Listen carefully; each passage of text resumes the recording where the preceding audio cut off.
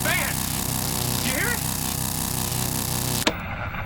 It is necessary for the recording of sound to convert the sound waves to corresponding changes in light.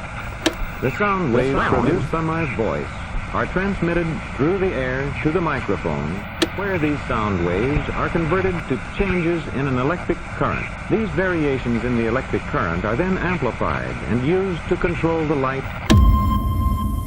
This varying beam of light falling on the photoelectric cell produces variations in the electric current, which are directly proportional to the variations in the light beam. The sound track. As the varying electrical current in the photoelectric cell is small, a vacuum tube amplifier is required to increase it to the point where it will operate a loudspeaker. Sound track.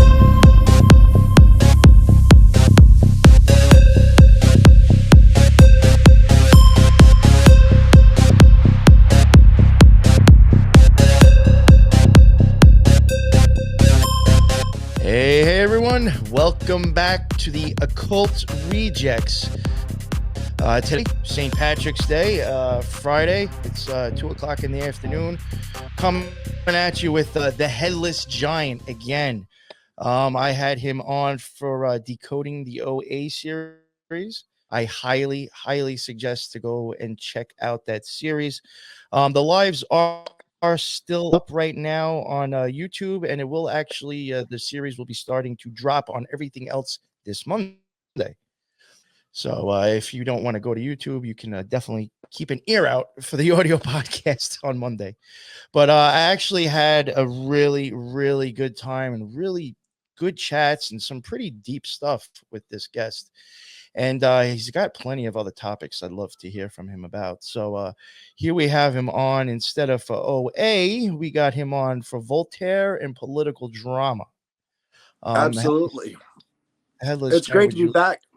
Thank you. Would you like to say, I forgot, you really don't have anything to plug, do you? Do you plug your Instagram? Well, I got a Twitter account and I got a Instagram. I drop into a lot of spaces in Twitter, because I think that's where things are moving right now. If you look at the spaces, they could take a current topic and then they just start to expand on it, and a bunch of different people from a bunch of different expertises can jump in there. And it's really interesting. That's where the dialogue, they call it the main street. And this is how they're basically controlling that dialogue is with Twitter spaces. At least that's what Elon Musk is hoping, right? So they've got a bunch of different experts talking about a breaking news story, and then everybody else can join in. And that seems to be the way that things are going when it comes to like the public square. Well, the problem is you get the conventional point of view, the white side of the chessboard and the black side of the chessboard. And, that's an interesting concept, but that goes into Voltaire. That's what we're talking about today. I think we'll go into Voltaire, the roots of Voltaire, the impact that Voltaire had on the rest of Europe and the rest of the world, because a lot of people know the name, but they're not exactly sure what the guy was about or what he did. Voltaire, for instance, he was an Enlightenment thinker. He was an Enlightenment philosopher. And he was an interesting character because he brought the political drama back to sophistry. Now, sophistry was a well-established field dating back to ancient Greece. The sophists were a group of kind of like counter philosophers to Plato and Aristotle, and Socrates too. What they were known for back in ancient Greece was basically arguing any point, right? So you could pay them some money and they'll go out to the town square and argue that point for you. And, obviously they most often worked for the elites. And one of the main tools of sophistry back then, as it is today, was the play, right? So in Socrates' day, there was this playwright named Aristophanes, and Aristophanes was a big political dramatist. Aristophanes is responsible for the play that got Socrates killed, right? So when they talk about Socrates agitating the youth, it's because of a play that Aristophanes made about Socrates. And he did it circuitously so that, Socrates couldn't sue him. But it was the same idea of sophistry, sort of like making this point to get the public inflamed, right? So they were like trolling people back then, actually. Right, right. But you know, they were It doing didn't it. just start with social media. People were trolling back then. No, it's the same methodology dating all the way back to ancient Greece. Sophists, lawyers, anybody in the profession where they have to argue has been doing this since the beginning. If you've ever known anybody in debate club, if you've ever been in a debate club, they always ask you to argue for a side that you don't necessarily believe in. They call it an exercise, but what it does is it starts to break down the will. It gives you the ability to think from more angles, while at the same time kind of breaking down your resolve for the things that you believe in, making a good sophist, right? And in debate club, they like don't. I was even saying to you with my nephew, I was saying to you prior to recording, my nephew was like in that type of stuff in high school before he went off to college. And he was telling me something that he had to write for the debate club. And I was like, you even like, I asked him, I said, you even believe that? Or was like, was this your idea to write this? And he's like, no, he's like, this is what we're told to do. So I have to just present my side. And I'm like, yo, like you're writing about shit you don't even believe in. Yeah, absolutely. Like, That's that can start to like sink into your head and make you start believing it eventually. I don't know. This is weird. right. Well, I saw a video recently of a, I believe it was a middle schooler, but they were asked to write essays defending the idea that humans should eat bugs, right? And so this middle schooler took his phone out and started recording his teacher. And he's like, but I don't believe that humans should be eating bugs. And she says to him, well, this isn't about your beliefs because there's no other right answer other than humans should eat bugs because of our ecological impact. So it's sophistry taken to the next level where you're not allowed to believe anything other than what you're presented. This goes back to what we're kind of doing as society, right? So in the mid 1800s, right, you could say that that was the height of modernity. And modernity is the idea that anything is negotiable, right? It sounds bad when you take it from a place of personal beliefs, but at the same time, it's a lot more peaceful than previous era where nothing is negotiable. Everything must be done according to the crown, right? I was even thinking the same thing. I was like, when it comes to like maybe personal beliefs or morals, I could see maybe how that could look shady. But like in actuality, if you think about it, you know, a blanket term, I was like, that could actually make things easier. Right. So like, now, I see modernity was all about the concept of the Enlightenment and the idea that knowledge is the benefit itself. So if you're having a debate with someone, meritocracy wins out. The person with the best argument generally wins. If that argument is found to be fallacious later on, and this is where you get a lot of the scientific method from, then somebody can step up and say, look, here's more information. We may not have had it right with Newtonian physics. Here's a bunch of new information. Maybe we can integrate that into the cosmology. This is healthy science, right? Well, modernity leads into postmodernity, which says that everything is negotiable except for this thing that is now in vogue, right? This thing that is in fashion. And what I like to go back to when it comes to postmodernism is the term a la mode, right? So in English, a la mode means with ice cream, but in French, it means of the fashion. But both of those concepts are integrally linked in this idea of a la mode, right? So we don't have politics today. We have politics a la mode. It's politics of the fashion. We have to talk about BLM. We have to talk about all these other things that are basically like ice cream on top of the cake. And if you don't agree with that ice cream, you are immediately dubbed a fascist or whatever else is a la mode that day to call you. You know, you're a flat earther, blah, blah, blah, blah, blah, blah, blah. So it's funny. all, It's funny you have to be in the fashion. Yeah, politics has almost become a fashion, really. I mean, Right, people, it's like when people want to like wear like a specific shirt because of like the label that's on it, it's like almost like they're getting the same way as like whichever president they think should be running the country. I can see how it's becoming like a fashion statement almost. Right. Now, the roots of modernity. If it wasn't, honestly, sorry to interrupt you. If it wasn't a fashion statement, we wouldn't have so many chicks with MAGA hats on and their tits hanging out, getting fucking likes on Instagram. Right. Right. It's all about the fashion. It's of the fashion.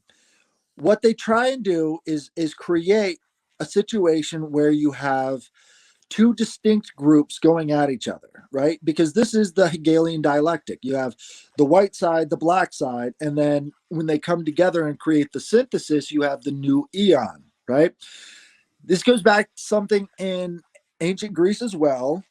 It's Phanes Protogenos. Now, Phanes Protogenos is the evolved character of Eros. So in the original mythology around the formation of the gods, you have this one guy who pops in out of nowhere called Eros. And Eros creates a connection between...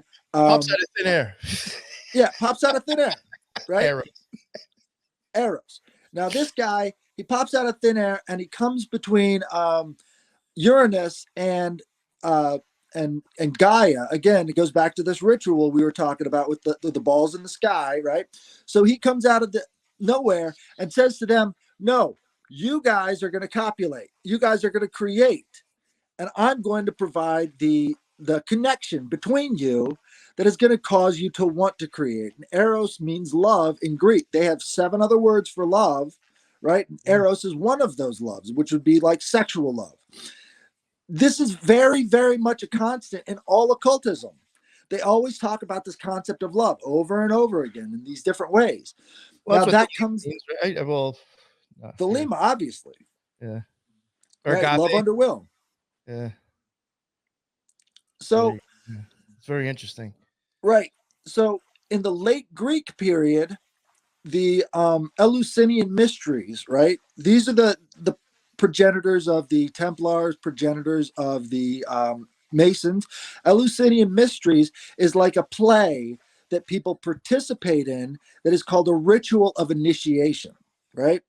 The Eleusinian mystery school is the basis for all the rest of this because, you know, as we were just talking about, the Greeks are very much into the plays because plays are transformational. It has to do with recreating as an actor initiatory events in the emanation cycles, right? So the emanation cycles that we know of would be the Egyptian Book of the Dead, right? It would be the Kabbalah. It would be all these other initiation processes moving from one form to another. This is why Hermes is such a... Were big into that too. Absolutely. Huge. They call it the, in shamanism, they call it the psychopomp. Right? The psychopomp takes you from one layer to the next. He's the guide. He helps your soul move from one place to the next. Now, the dark psychopomps, right? The dark psychopomps take your soul from one place and move it into a hive mind. That's what all these initiations do. This is why you see the symbolism of the bee, the symbolism of the beehive. This is what they're doing when they initiate you into the rites. They're taking your soul on a journey and moving you closer into what they can manage. So when people talk about conspiracies, that's not exactly accurate. What they should be talking about is the hive mind, because once you've moved somebody into a hive mind state, you don't have to explain to them what they need to do. You don't have to give them orders. They already know what must be done to protect the hive, because on a deeper level, that's what their soul is being connected to. Now, this is one of the reasons why people talk about they're doing this initiation totally on the whole of society, and they can't figure out why that's happening. The reason why that's happening, why they want to initiate all of society into these rites of the Eleusinian mystery schools, is because they're creating the hive mind. In a lot of mystery schools, the initiation act is something that is traumatic. In the first degree of Freemasonry, they hold a knife to your throat. That trauma is what bonds you to the people traumatizing you. And if it's connected to deeper psychological and cosmological events, it's what binds you on an even deeper level, right? It's like a soul trap. I've been saying that I really do think in the last few years, we're actually being initiated through a ritual. And what you were saying, I do think all the stuff being shown on the news, all the fake psyops online, QAnon, just a lot of things were actually done, in my opinion, to act trauma in a sense, or constant up and downs of emotions. I think that's all part of the ritual to tap into people's psyche. In a recent example of this, you've got the SBV or SVB bank, right? Now they collapsed. It was $203 trillion, right? Not trillion. It was $203 billion, second only to 2008 in terms of collapses. And they said 93% of the depositors were uninsured. So the trauma is that we're going into another 2008 scenario, and the follow up is one of their occult symbols, is one of their numbers, is how they get you into that initiatory frame of mind, into the hive mind, right? You see Flight 93, right? 1993 bombing of the World Trade Center towers. You've got all these 93s over and over and over again. That's the initiatory step, right? 33, same idea. That's the initiatory step. So you're given the initial trauma, and then you're given the numbers. Yeah. And once you've got the numbers, then you can start to see the pattern, right? You know, and real quick, I just do want to mention, because I might have new listeners from the couple of shows I've done recently that brought over a lot of people. I do just want to mention, I know I've said this repeatedly, and I think I might have even said this with you one time being on the show. I just want to say, if in case there's new listeners who don't know, every single plane number that was involved in 9/11 goes back to a numbered book with Aleister Crowley. So I find that absolutely weird. You know, absolutely. Or if it's not a book, it's still 93, which is, you know, that's like their cult fucking tagline, 93, 93. Right. They chant it. They chanted at the OTO. And when you're in that scenario, you're like, why are these people chanting? What is the deal with this number? They don't even know what the deal is with the number. You know, they don't even know themselves. But they don't even know their will. And they're like, oh, if it's your will, you don't even know your will. Right. I didn't know mine when I was there either. You know? Right.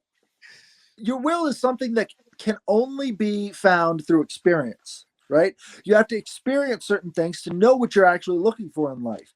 Now, most people are just inside of this matrix of always being online, always, being inundated with media, always being inundated with these, people trying to give you your desires. And eventually that becomes your desire. And it doesn't really matter what your true will is, because you never got to experience that. You got to experience other people telling you what your true will is. So even when you're given the opportunity of exploring and finding that true will, there's nothing there to draw from. You haven't really had any experiences. It's all been simulated experiences from the TV, from the computer. Well, that's even something that I really, and I'm not dissing, our parents. People do the best you can, but I mean, when you really think about it, when you're a child, you're actually brought up on other people's simulation, other people's content. Yeah, you're just told this is this and that's that. This feels this way because of this. This is the right thing to do because of this, from other people's experiences, not your own. When you're experiencing your own thing, that's called boredom, right? That's what they call it, because they don't give you the tools. I don't know what to do with that now. Right, I don't know what to do with myself. There's a great. Have you ever seen the movie? What to do here? Have you ever seen the movie There Will Be Blood? Yeah, but I don't remember it, honestly. It's got the great actor Daniel Day-Lewis playing this oil man, right? And he is producing oil out of this well. It's killed several people. It's been one of the biggest projects of his life. He's gone down there and, he, as he calls it, scratched the dirt. And then a bigger company comes in and tries to buy it from him. And the very first thing he says to them is, well, what else am I going to do? Because he has no idea. His whole life has been devoted to scratching the dirt and pulling something out of it. His whole life has been devoted to basically working for somebody else, not working for himself. He doesn't know what he wants. All he knows is that drive to succeed. This Daniel Day-Lewis character in this movie is like Saturn, right? Saturn has no will of his own. All he's doing is working towards a goal that he's been given. It's the process of time. And what is the will of Saturn? Well, it's to maintain time. What is the will of Kronos? It's to maintain time. It doesn't actually have any meaning for him. It's an insanity. This is why Kronos ate his own children, because what else is he supposed to do? He's just there for time. It's just a tick-tock thing, right? So let's look at the word tick-tock. Really? Right? So time is like this insanity principle. Given enough time, the immortals will all go insane. right? That's the idea of the cycles. Give it enough time, everything goes insane, right? And once everything goes insane, you end up having this problem of knowledge, right? Because one of the byproducts of sacrificing and cannibalizing, right? So when time is moving forward, you're cannibalizing your own body, right? It's all breaking down. All of the tissues are, everything eventually falls. And in the story about Kronos, you've got him cannibalizing his own children, because this is how he maintains his power over the universe, right? He's got to get rid of any threats to his power, which would be his children, because as they rise up, they easily get more power or the same power as him. So he feels the only way he can maintain his rulership is by eating his own children, right? Consuming them, cannibalizing them, taking their power. That's the idea of time, right? So you've got time, which is insanity, which leads to cannibalism, and a side product of that cannibalism is knowledge, right? Because now you know what's happened in the past. Now you have an indicator of what is going to happen in the future. This knowledge is very important. And when you put it together, you go, time is insanity, is cannibalism, and a byproduct of that is knowledge. That's tick, tick, tock, tick. Every second going by on this ticking clock is like an infinity.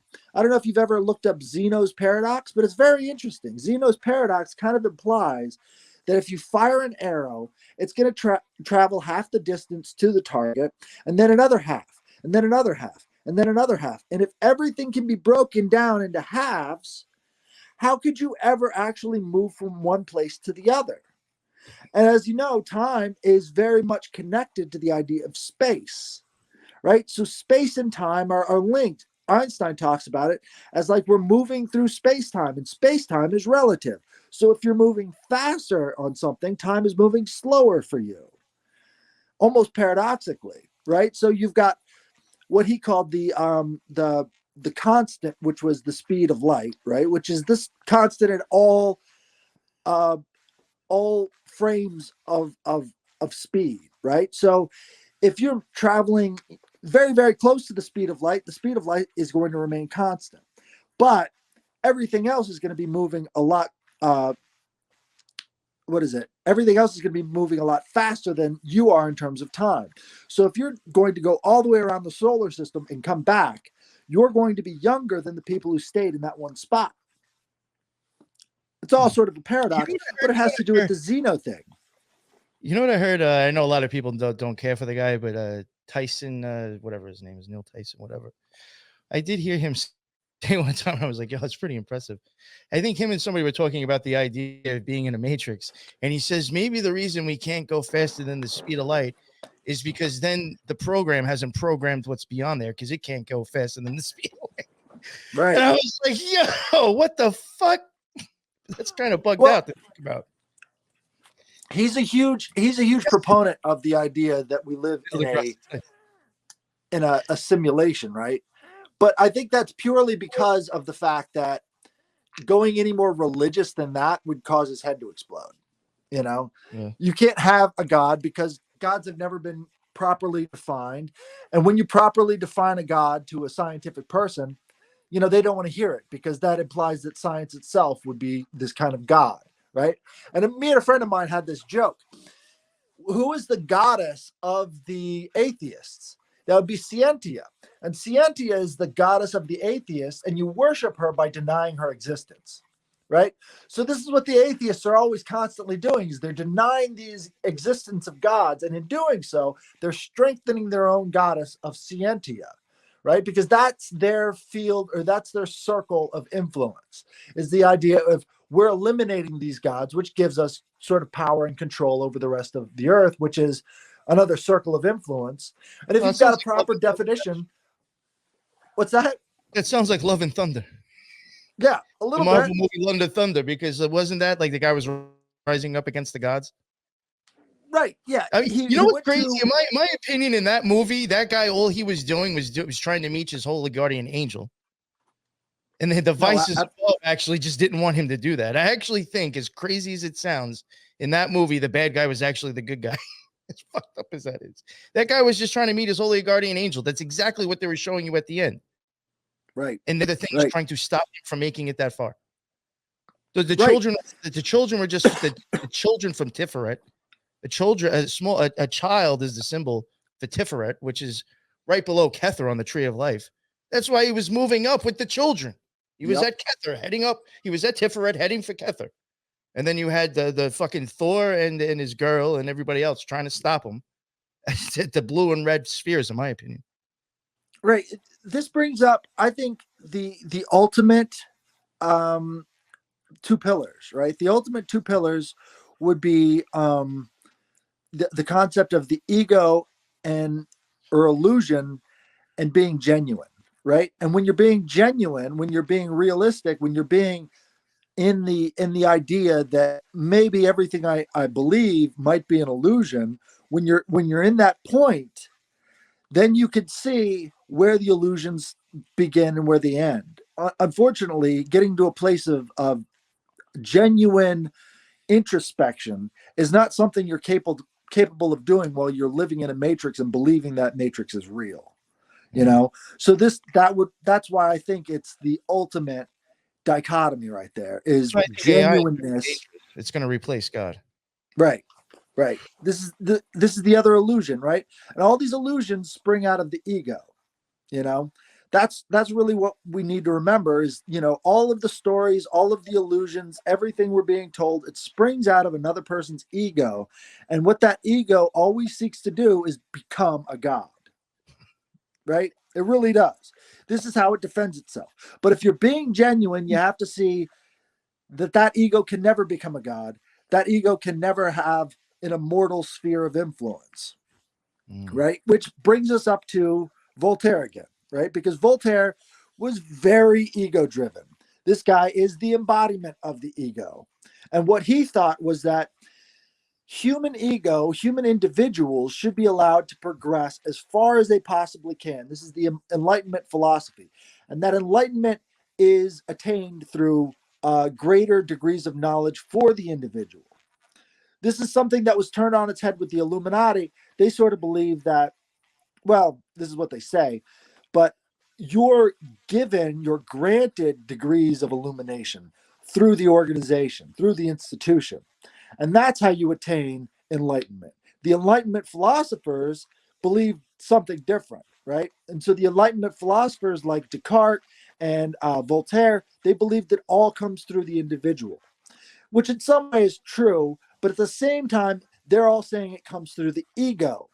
It's through these driving mechanisms. Now, they didn't have those terms necessarily because, you know, ego is I believe it's a Greek term, and the ego is a psychological concept that comes later on with the advent of postmodernism, with Freud and all the rest of that crap. You know, all of the psychological era talks about the ego as being this impediment and this bolster. So the ego is the idea that you've created your own personality. And you've created this personality in a way that interacts with other people as a defense mechanism. It kind of goes into the idea of a selfish gene. I don't know if you've heard about the selfish gene theory of it's another atheist believer, but he believes that all of our expressions, all of our desires, all of our will is sort of being driven by the selfish gene, right? And the selfish gene wants to have a line of succession because this is how it carries on life. So you may not carry on as an ego, but your genes carry on as a life form in the bodies of your children, right? So the selfish gene is what drives us forward. This was a Richard Dawkins adaptation. He took it from somebody else. The only problem is once you go down that road, it automatically implies that there's a psychopathic elite that are driving society as a way of driving their own genes, right? That's the vehicle for their genes, is the rest of society acting as a hive mind for them.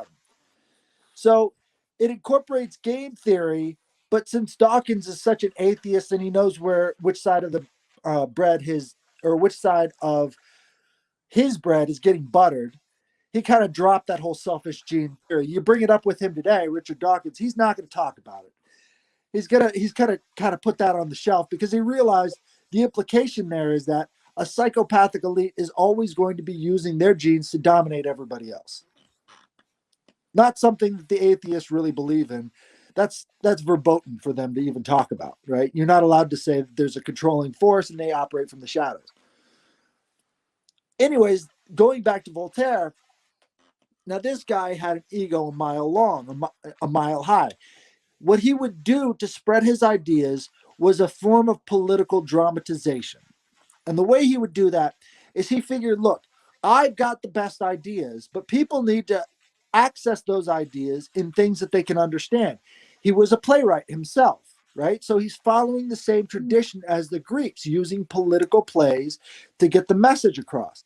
He's following in the footsteps of people like, let me see here. Is he like a spoiled child? Somebody just said in the chat, Dawkins is like a spoiled child. Dawkins is definitely a spoiled child, right? he follows a long line of these British thinkers who, cannot think outside of what is in vogue, cannot think outside of what is, in fashion. And when it comes to atheism, they talk about how atheism plus basically became feminism. This was a bunch of years ago on YouTube. Like atheism plus was taken over, and it was taken over by feminism. And you weren't allowed to say that trans women aren't women anymore, right? In atheism, which supposedly views science as their highest order, observations. Well, you can't make observations anymore because atheism plus took over, which is feminism, right? So putting that aside, Richard Dawkins did the same thing way back in the 80s and 90s. He was not allowed to think outside the atheist box, which is why he never brought the selfish gene theory to its logical conclusion, which is that the world is being dominated by a small group of families that want to preserve their genes at the expense of everybody else. But Voltaire would, he wanted to access people in a way that would create a fashion, right? Because being the creator of fashion is how you rule the minds of other people, using the idea of sophistry to create these fashionable events or fashionable thinking processes, right? And the way he did that was he would have a plant with him as he would go around the countryside talking to people. And this plant would be there specifically to articulate counterpoints to the points that Voltaire was making inside of these taverns. And the counterpoints would be weak enough so that Voltaire could smash them, right? And in smashing them, the rest of the bar would be given a hero. And this I hero's don't even know why journey, this surprises me. This really shouldn't surprise me. really, because this is like this type of stuff only happened in the last 50 years. Like that's so silly to think, I guess.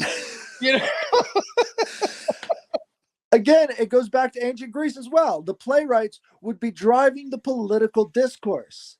The playwrights would. It wasn't the politicians who would drive the political discourse. It was the playwrights and the priests, because the priests would provide the archetypes that the playwrights would then use to create a fashion that would form the situation that the politicians would then have to be actors in. Whew.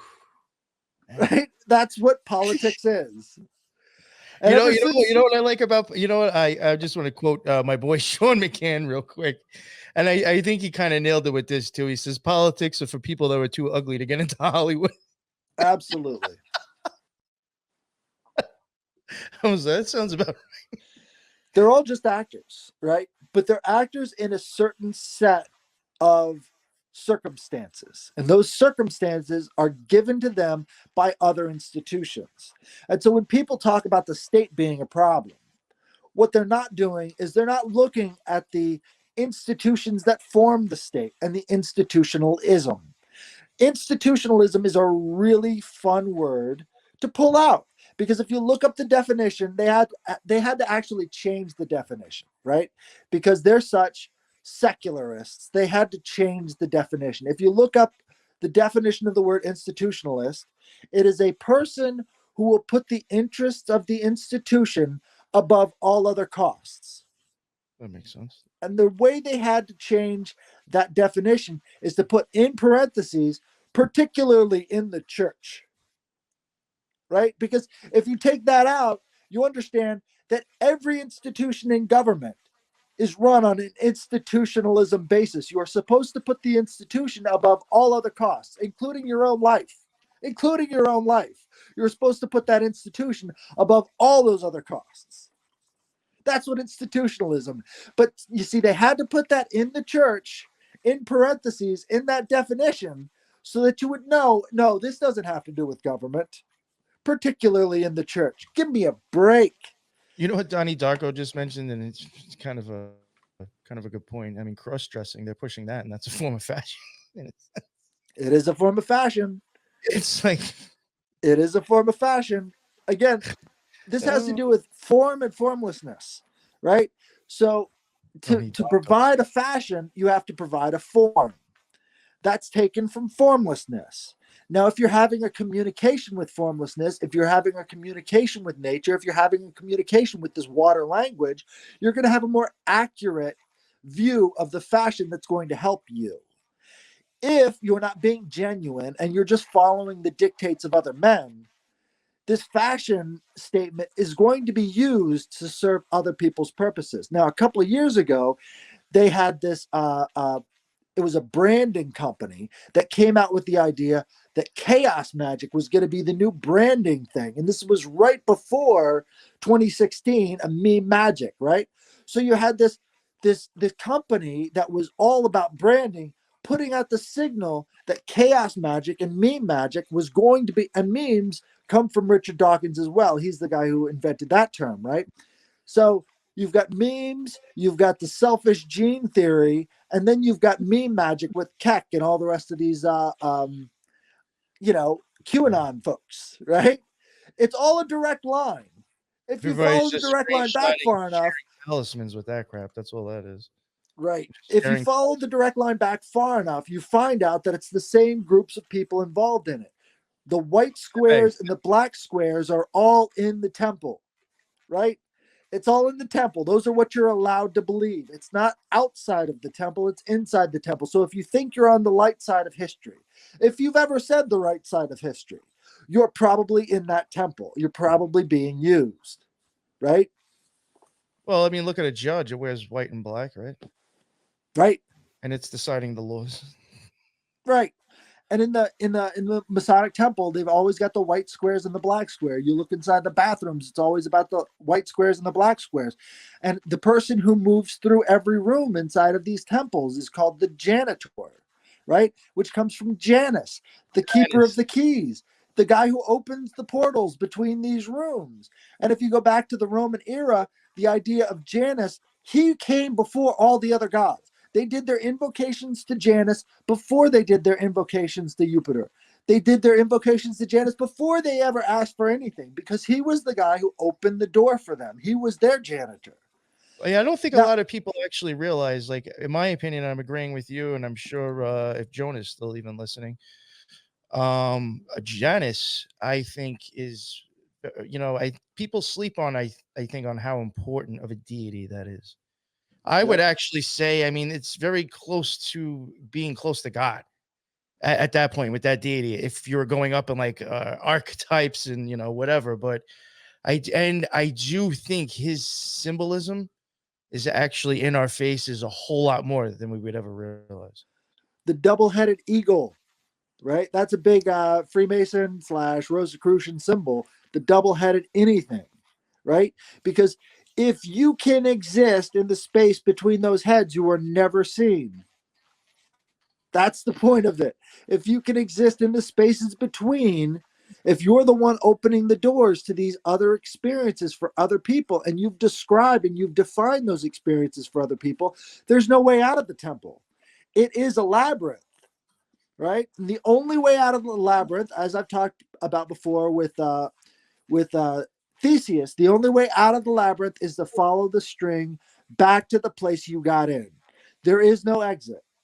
They've designed all the doors you could ever possibly open inside of that place. You have to go back to the place you got in, which would be your birth, right? You have to go back to that abyss, crossing that abyss. Being genuine on the level of birth is the only way that you could ever have these experience is explained in such a way that they make sense, that they're genuine, that you see yourself in relationship to them on a genuine level. People aren't willing to do that because that's boring. That's boring.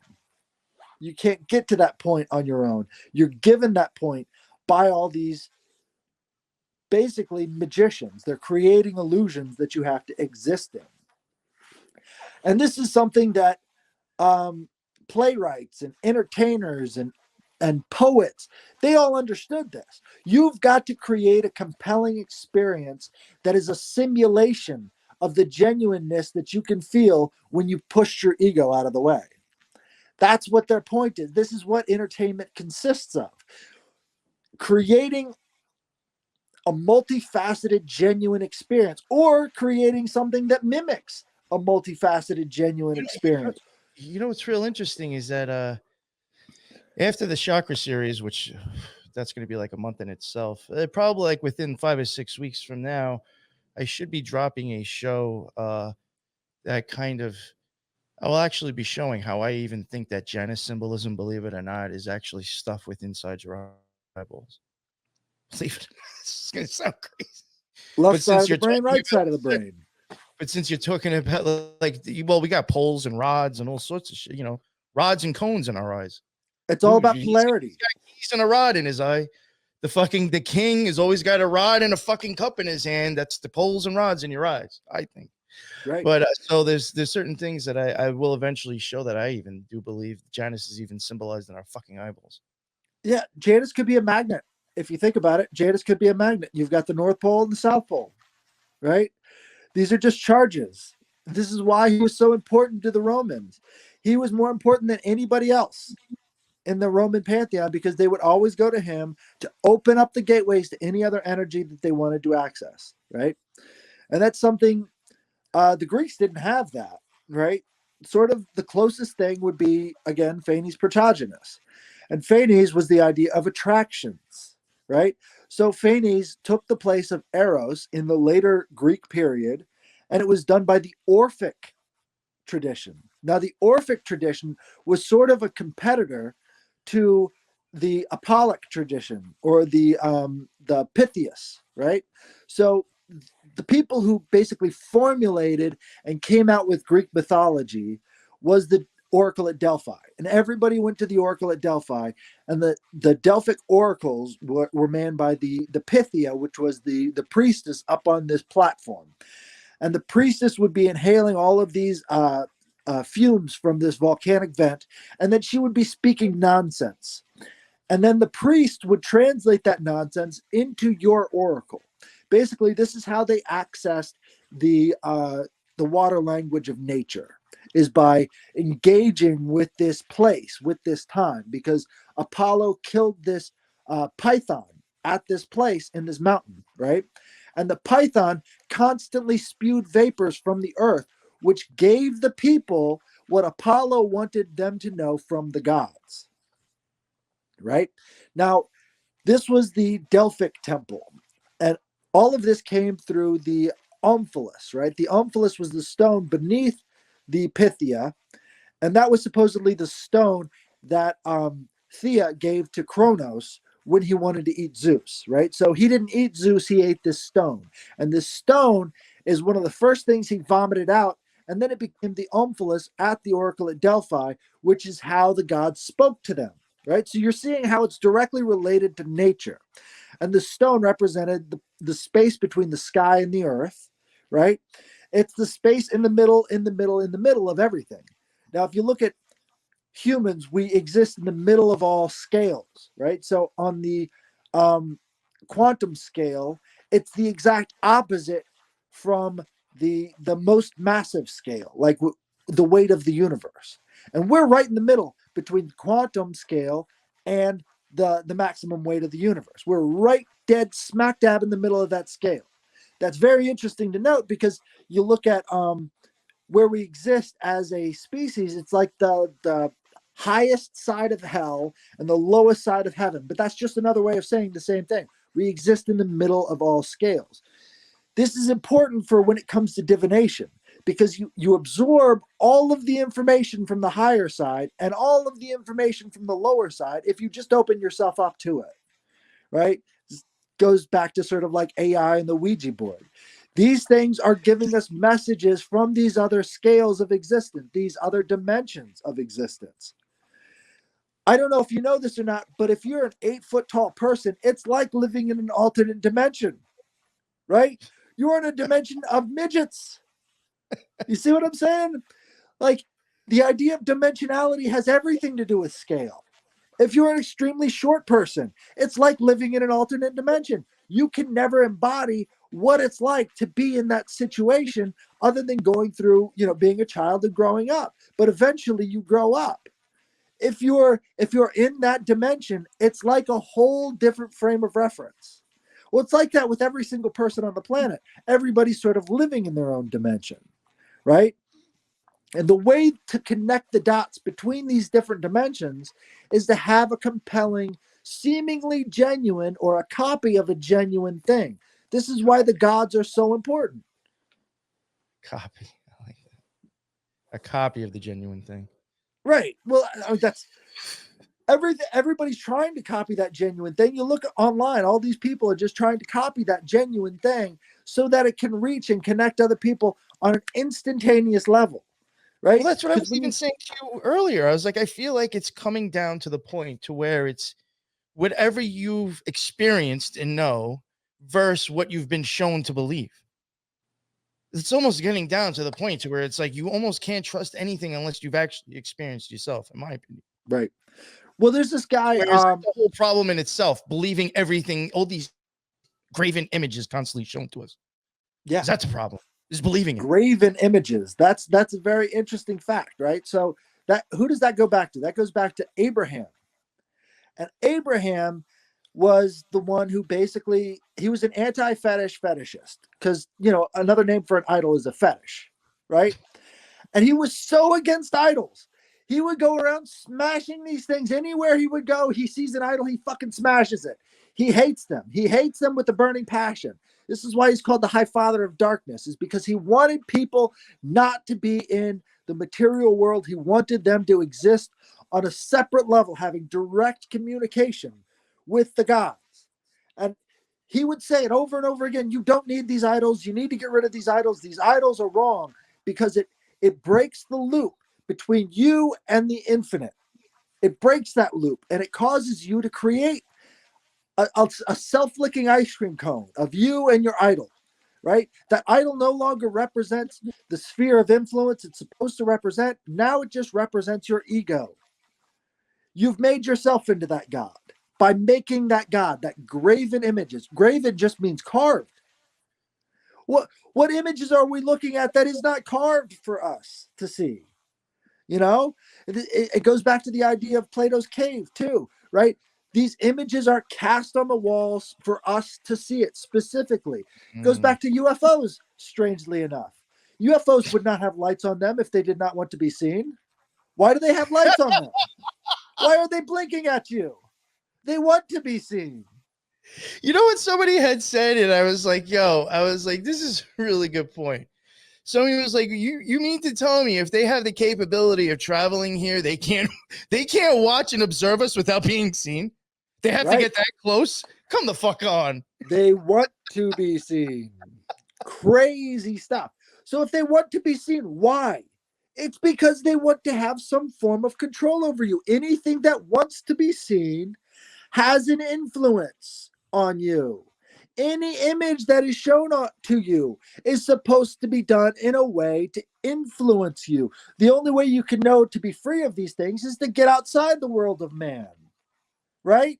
This guy, Michael Wan, he calls himself the Susquehanna alchemist. He says the only genuine experience you can have is with yourself in nature. Everything else is an illusion, right? Because you're not grounded. You don't know if that thing is existing for you or for someone else. The only genuine experience you can have is with yourself in nature. Who does it anymore? We have to get back to that place because it's the only thing you can be sure of at the time you're experiencing it is I am in this place that appears to be nature. I think, therefore I am. So I've got some sort of frame of reference now to the rest of the world. Most people who go hiking don't think about it like that, but that's what you're doing. You're resetting your perceptions based off of things that don't care if they're seen or not. You know, the trees don't care if they're seen or not. They just do it. They're not graven. Nobody's carving into these trees, right? They carve themselves out of the ground. You see what I'm saying? Oh, no, I think that's a really good point, actually. It goes back to the idea of the fashion. Fashion is meant to be seen. You're meant to experience someone else's vision of fashion. I do even think that goes back to even why, like, the rose is sometimes used, is because, like, the rose just did what it did, and that was it. Right. You know what I'm saying? Like, I do think, like, when it comes to nature, it's just, yeah, it's a totally different type of, It's a different type of fashion altogether. The roses want to be seen by the bees, right? They want to be seen by the bees. Now, how the hell did these plants figure out that they could attract bugs? Right? Isn't that something interesting? Because that implies that somehow these plants are intelligent enough to figure out how to attract bugs. And you look at some orchids that are in the shape of mantises. They want those mantises to see the shape of that orchid, because then they want those mantises to come over and try to mate with those orchids so that they can spread their pollen. Back to Eros again, right? There's a reason why Eros is a god. There's a reason why Phanes took the place of Eros. These things can be seen in nature, and they're not there for humans to see. They're there for bugs to see. They're there for other life forms to see. If we genuinely recognize that, that's how we build up our knowledge in ourselves, right? But that's not necessarily the point of the object itself. The point of any graven image is to be seen by either yourself or someone else. That's the point of it. So that should tell you that it is an illusion, right? So, like, even plants are playing bugs. That's right. Everybody's zooming everybody on this plane. That's part of being the highest plane of hell and the lowest plane of heaven. Everybody is using everybody else. We live in a hungry dimension, right? That's what it is. It's a hungry universe. Shit. Dang. So getting back to that point in nature shows you what is genuine, what doesn't come from yourself, what is outside of yourself versus what is illusion. And what the play did is it's a mimicry of that. A play is a mimicry of the beauty and the cycles that we see in nature, right? So this is how it was so effective when it came to, sharing political messages. So Voltaire wanted to get rid of these generational kings and queens. He wanted to get rid of that in the late 17th century, right? So late 1600s, he's like, how do I do this? Well, I know about Greeks. I know about how they did it. I know about how they killed Socrates. I'm going to make these plays that you can interact with, but you don't know you're interacting with it. You don't know that you're in somebody else's matrix. You think it's a genuine argument taking place at this bar. Because back then, words meant a lot more than they mean now. Right? In small communities where if you say the wrong thing or do the wrong thing, you're kicked out on your ass forever and you go starve to death, you really think about the words you're going to use before you use them. Urbanites didn't necessarily have that. People of the upper class didn't necessarily have that because they would always have their wealth, right? So what they would do is they would go to these places where genuine interactions were taking place, where people had to use thoughtful language so that they didn't get kicked out of their communities. And they put on these political plays where people from the urban communities would come out there and pretend to be these characters that felt and acted a certain way. It was not genuine. How would they know that? In those communities, they were so sensitized. They weren't desensitized. They were so sensitized to the words that they used that they couldn't believe that people were out there throwing around words that they didn't intend at all, right? And so Voltaire came in and took advantage of that by putting on these plays where he would have one person, his plant, would be in favor of the monarchy, right? And he would be throwing out all of these arguments against the monarchy in quick draw fashion. and he would completely destroy and troll his opponent to tears if must, right? So everyone else in this bar who came there for entertainment would see this, and they would think it was not entertainment. They thought it was genuine. They thought these weren't playwrights who were coming there to take advantage of their good nature and their goodwill and showing them a play that they thought was reality. And this spread all over Europe. And this was the very first forms of propaganda, right? Because it worked. In essence, they were able to spread the ideas of the French Revolution before the French Revolution ever took place, because they figured out Yo, you know the what's formula. funny? I think I was just thinking about that now. There's a show, I've mentioned it plenty of times, and I always forget the damn name. Some nurse or some type of medical chick that was like able to start jumping timelines ends up with this guy from like the Jacobites or some shit. And like there's a point in it. Yeah, the Jacob. Yeah, sorry. And I watched that there's show a too. I point know what you're talking about. It's out of place or something like that. Yeah. This is this point where like they start traveling as doing like sideshows and like using that as ways to like go undercover and spread propaganda. And I was just like, as you were talking about this, I was thinking about that show. And then you mentioned something that made me think about it again. That's wild. Right. Well, it was this basically whole idea. Back then. Oh yeah, yeah, absolutely. Voltaire actually created a college where he would train the neo-sophists in this art of creating political drama. And he wrote pamphlet after pamphlet, and he would go pamphlet these small communities, and he would spread the seeds of distrust and the seeds of doubt, and use these methods of dramatization to do so, right? And it all goes back to the images in the cave, right? He's spreading these images in the cave that people believe are genuine, because they have no choice. To exist in those communities is to think about what you say before you say it, is to think about the consequences of your actions before you take them. And they're so sensitive to that idea that they wouldn't believe that a guy would come in there with his own agenda, completely his own agenda, because they were, kind of used to being serfs at that point. I mean, a lot of people like to trash the Dark Ages. It's called the fucking Dark Ages. You think that's propaganda? Maybe, Yo, it's a really good show to watch. It's on YouTube. I even find it interesting that the guy who does the show, they make sure that they focus on his skull and crossbones ring. I find that interesting, but it's called The Art of the Dark Ages. And in my opinion, regardless of whoever the fuck this guy is, I actually think he's proving a really good point. He says, if you go and look back at the art and the stuff that was even accomplished during the Dark Ages, was it really that dark? No. He's crazy like developments. Pants. And they're considered fucking animals. Right. Nothing makes sense. It is Enlightenment propaganda to think of the Dark Ages as a time when people didn't think. It absolutely is. The reason they called it the Dark Ages is because the Enlightenment philosophers wanted to change the eon. They wanted to hatch Phanes from his egg, and they wanted to be in control. And you see that in the highest form in modernity in the 1800s. That was the era when the Enlightenment was at its peak, right? You had everything being negotiable. The Enlightenment philosophers hated the Dark Ages because some things were non-negotiable. And those things had a lot to do with family. Those things had a lot to do with tradition. They had a lot to do with the things they couldn't access.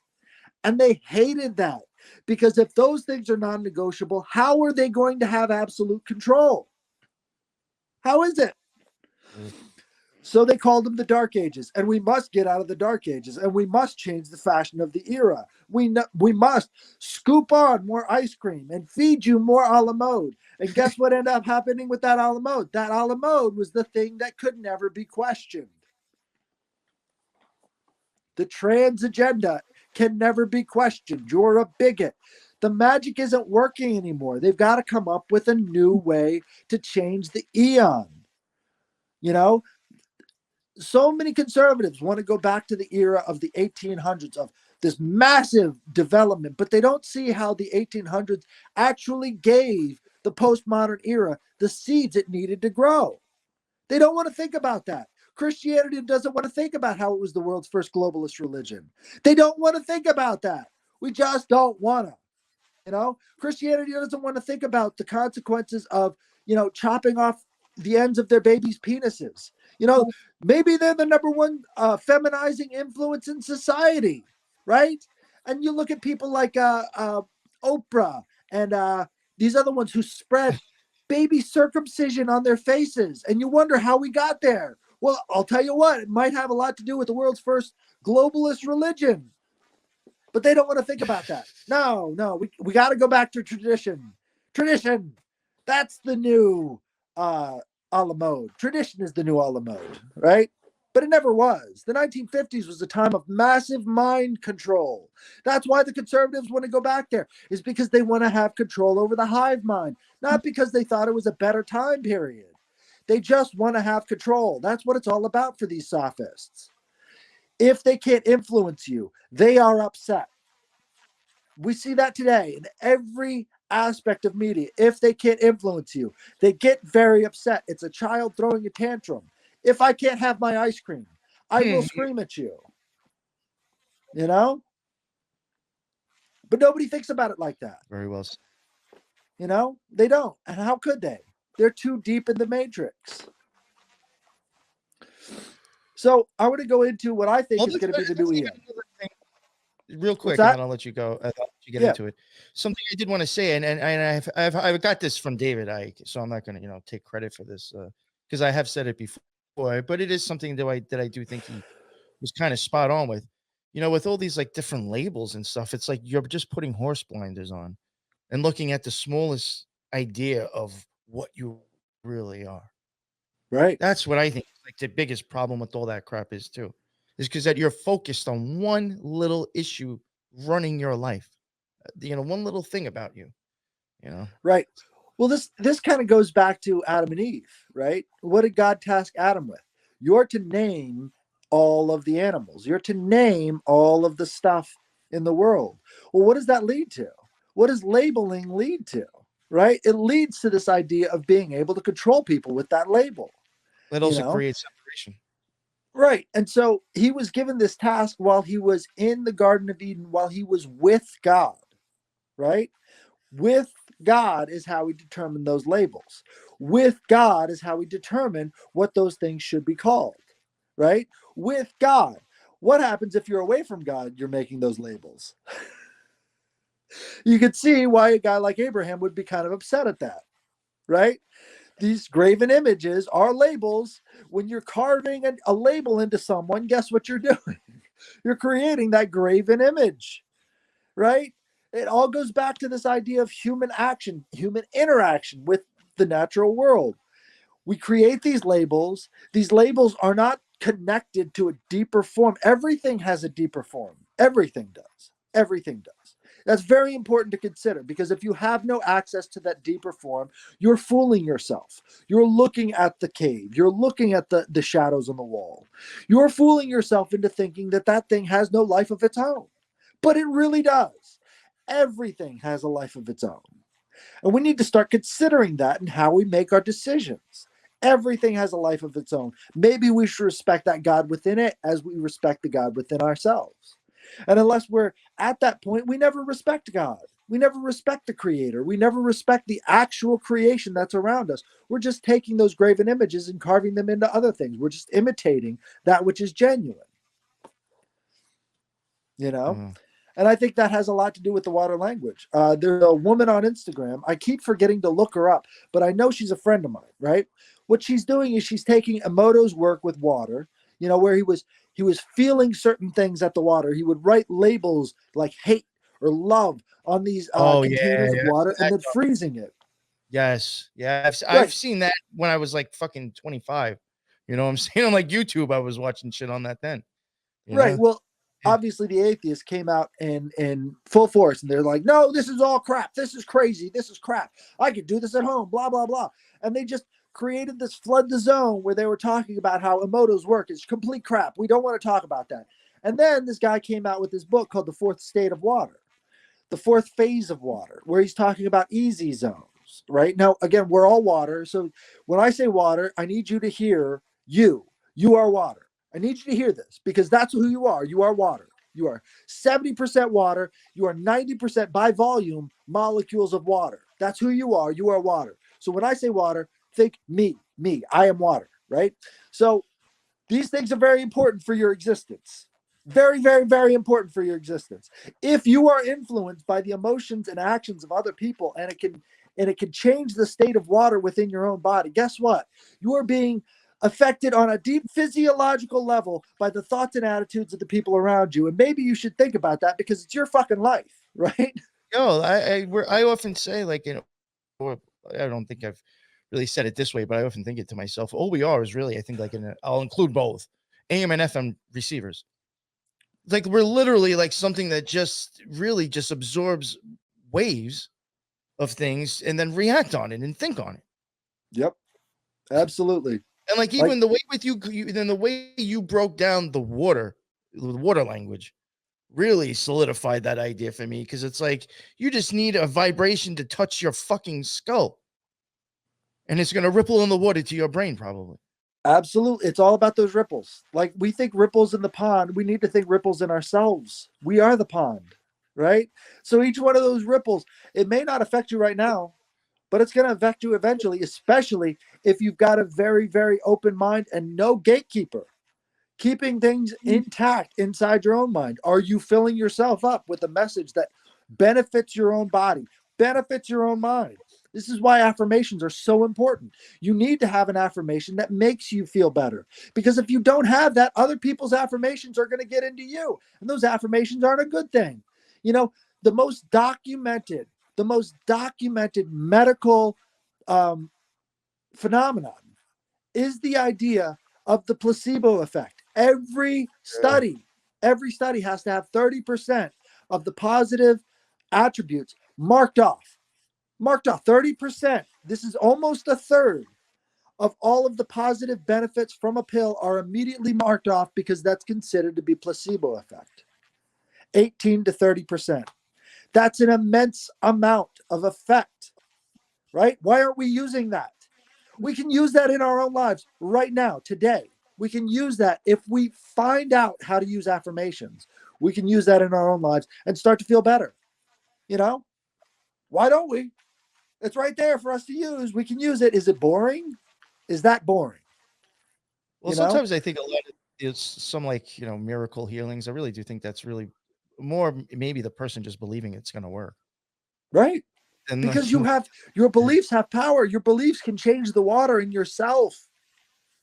And if we can change the water in ourselves, we can make a better world for ourselves. And if we're so concerned about what's going on in the outside world, guess what? That water within you will absorb whatever you're watching. If you're watching those politicians lie to your faces, it's going to demoralize you. It's going to change the water within. It's going to do that.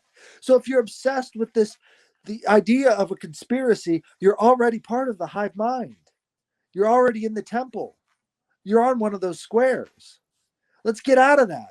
Let's make something for ourselves. Let's make something that actually genuinely means something for ourselves, that it's so easy. It's not a difficult thing to become genuine with yourself. It's not difficult.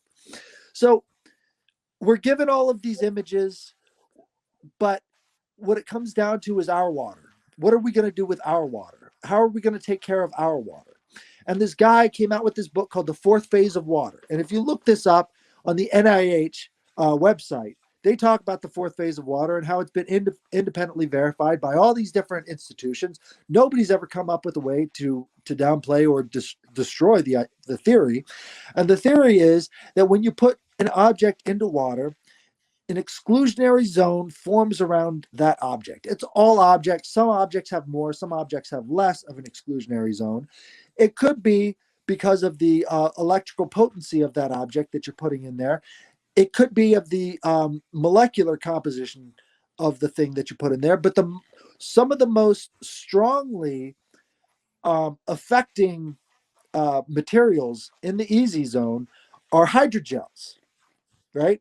And hydrogels will create a zone of water around it that encases it, making sort of like a mimic gel. This is sort of like the idea of Narcissus, like you're looking into the pond and it's reflecting back at you. Hydrogels are the closest thing to veins and arteries in your body. Your body is producing these easy zones, these exclusionary zones that sort of push all of the weight of the molecules, the what are they called? The things that are dissolved in the water, they push them through. So like your heart as a pump could have no way of pumping all of the volume of blood through your body. It's just not big enough. And if it was bigger, your head would explode. So there's some other action taking place here within the body called the EZ zones, the exclusionary zones. That's what's pushing the fluid volume through your body, right? This is documented. So the heart is mostly for the brain. It pushes all the oxygenated blood from the lungs directly into the brain. So the heart is directly tied to the brain. This is why it's like a second brain, because without that pump pushing that oxygenated blood up into your brain, you would never have the kind of thinking capacity. You would probably never get beyond a 2 or 3 celled organism. You have to have that constant flow of blood nourishing that brain, or else you won't have that processing capacity, right? So it does kind of reduce the body and the mind into a computer at this point, because without this constant flow of blood going up into the brain, you are not going to have the amount of thinking power necessary. And we don't think of it like that, but the heart is directly for the brain, right? I was even wondering right now, I was wondering, like, is that like, because I've often said too, excuse me, I do think the heart and the brain have to sync. You know what I'm saying? For magic to happen. And I was just thinking, it's a 3-level sync. I was just it's thinking a 3-level triangular stomach, sync. right? Were you going to include your stomach too? No, I was going to say left brain, right brain, and then heart. And then beyond that, once it goes lower, then it starts to affect the generative organs. And those generative organs will carry on your genes into the future. So if you're not creating that 3-level, you've got to have the hemisync in your brain. You've got to have it sync up with your heart so that your generative organs can carry on that legacy into the future, right? But what are we making if we're not doing this process, if we're not getting genuine with ourselves, right? You're not making the best offspring. You're not making the best future. You're not making the best things, because you're basically just going with the flow, and the flow is not good. Culture's not your friend, So back to the easy zones. The easy zones will actually, I think I lost you for a second. That got all messed up for like fucking like almost a minute. All right. Well, we're back now. So it was really bad. I don't know what just happened right there too. It's lagging. Oh no. Bad. Hello? Oh, I'm lagging out. You still there? Are you good now? I think you're still frozen, but if you can hear me. Yeah, I can hear you. Yeah. Oh, okay. There you go. Now you're moving again. All right. So these easy zones will actually form rings of molecules, right? Rings of water molecules around the object. Based off of the object's composition, certain molecules will drop out of those rings, creating like a binary code that indicates what object, what material was in that substance. So you can actually measure the information inside of the water, showing you what was there previously.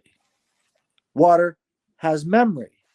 And if you don't think this has to do with the thoughts and intentions of a person being transmitted out into the world through your water, you're wrong. Isn't this even how like holograms work, is by storing that shit to just like water? We're in a holographic universe. You think water wouldn't be that way too? Water is a hologram. When you take the easy zones into account, water becomes holographic and it stores information on a molecular level. Water has memory. All that to say this, it has a language all its own. This woman I was saying about on Instagram, she's going through every material she can and freezing plates of water associating with that material to see what the water language is for the entire universe, because each one of these forms a glyph. And those glyphs are consistent with the same material over and over and over again. You can document the entire universe using water glyphs. This is the first language. Literally. It's written there on a genuine level, apart from human creations, apart from what we want each other to see. It's there in the water on its own without human interaction. There's a language. This is why we see the world we do, because it's all water. It's all life. You see what I'm saying? So the water language is a very real concept before the green language, right? Before the Tower of Babel, before all of this stuff that humans have created to get in the way of our connection with the divine, connection with the infinite. It was there before that. And we're just now starting to discover it, which is why we've got to have a new Olympians, right? Back to the balls in the sky, right? When the Titans were released from Gaia, right? The whole thing about them was they were too chaotic. They were too destructive. Nothing was allowed to flourish under the Titans. We're entering that era right now, the time of tribulation. We've got all of these Titans being released right now by the elites. It's all to lead up to the new Olympians. The new Olympians are what's going to give us stability. It's when the Olympians fought against the Titans and when some of the Titans joined with the Olympians that they were able to create a new eon, right? This was the eon of the Olympians. We're moving into that phase. Things are going to get really, really bad on Earth. They've got to. They've got to traumatize every single person so that they can get them on board with the hive mind mentality of worshiping the new Olympians. Now, what is that new Olympus going to be? Who's going to be on the top of that new Olympus? And a lot of people think that somehow the WEF is going to be on top of that thing. I think the WEF and the politicians associated with them are going to be the Titans. I believe that's where the Titanomachy is going to take place, because everyone has to see that the old system is fully corrupt so that the new system can replace it. Problem, reaction, solution. Everybody knows at this point that there is a dark side of the chessboard. Everybody can see that there's a dark side of the chessboard. When you were But saying where's this the light coming from? to me earlier before we were recording, I was even thinking, I'm like, that's a real good example. I think you have something there, because, the news or politics has become like reality TV at this point. Absolutely. Where it's like, how could you go back 30 years ago and like if you were to see the way things are now, like 30 years ago, you'd been like, yo, what the fuck is wrong? Like, how did we, it's like reality fucking TV, to where it's like you people are lying to themselves when they think everything's okay, regardless for who they even voted for. I can guarantee you there's probably not too many people who went and actually voted like fully, well, except for fucking psyops people. Really, I'm sure everybody had doubts about who they even voted for because they knew that everything was so screwed up. Absolutely. Well, this goes into a video that takes a lot of your work, right? It's called The Ghost and the Meme, right? If you look it up on YouTube after we're done here, you're going to find that they've taken a lot of NY Patriots work talking about Pepe the Frog, meme magic, and all the rest of this stuff. That was all laid out. They made it clear. They made it clear that there is a light side, right? And this light side has to work in the shadows, right? So they can emerge. This is like Donald Trump, right? So Donald Trump is playing the game 4D chess so that he can drain the swamp. Now, if you take those two statements on their face, they're both contradictory. You cannot play the game to drain the swamp. You have to get rid of the bad people by getting rid of the bad people. You don't get rid of the bad people by corruption. That doesn't make any sense. It's self-contradictory. How could corruption get rid of corrupt people? It just adds to the corruption. but you're not supposed to think about it because it's a meme. And memes aren't supposed to be thought about too hard. They're just supposed to be copied. And when you copy, and when you copy, and when you copy, it's just a reflection of that which is genuine. And that which is genuine is no longer in it. Right? So all throughout occult literature, they talk about the white college, right? And the dark brotherhood. The white college and the dark brother, they're literally talking about the black and white squares, right? That's all they're referring to, right? This is how things are controlled. You're given a problem, you're given a solution, you're given the reaction that gets you to that solution. And it has to be hard for you. It has to affect everybody. So my whole thing is they're not going to let all this technology go to waste. They're not going to let all of these advancements that they want to see for the world go to waste, even though they're making the WEF to sound like the bad guy. They're making them out to be the ultimate bad guy, right? They've got all of the symbolism in all the media. You see Q drops that talk about, oh, their symbolism will be their downfall. Well, guess what? It's meant to be their downfall. It's intended for them to have that reaction, right? So I thought, what is the thing that they want to keep most of all?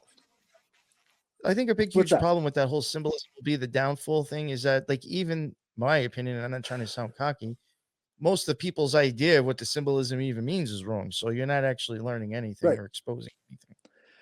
Right. Well, I said before, symbolism. With the shit. Actually, the other way with most of it. Right. Well, symbolism is just a Rorschach test. I mean, people are going to get out of it what they want to get out of it. I mean, that's one of the things that I find so exciting about water glyphs, like where you're freezing the water in these dishes, and it gives you a shape that is genuine. There's no human interaction really that's creating it. You're taking a sealed container, you're adding a material, and then you're getting a result. You're not necessarily having some sort of human interaction. This is happening in nature right now. Anything that freezes is carrying this water glyph with it. It's genuine on a whole different level of language, right? So in addition to the water language, I would say that there's an earth language. And this earth language is, the very first earth language would be what happens when water freezes, when it becomes congealed to a point where you can actually read what's on it. And then what we have today from the earth language would be writing. It's its own language. Onomatopoeias, where you're trying to emulate or you're trying to reflect the way something sounds in writing, is kind of an interesting aspect of the air language. We come up with words in the air and then we write them down, or we come up with words and then we try to sound them out, even though they might not be related whatsoever. They're only related up here. Like what you see as a word, maybe a word, maybe something completely different. In my opinion, I mean, I don't know if this is a good way to even go along with what you're saying, but like when it comes to ceremonial magic, even when you think about, like, in my opinion, all the elements that you're using, the pentacle, which is the one that represents Earth, is the only one that you really are making. I mean, I guess it can be, but that's the only one that might be actually, again, I mean, you get that with me doing magic, but I don't think that you don't have to write on it. You know what I'm saying? So it's interesting that the one thing always use magic is the earth thing associated.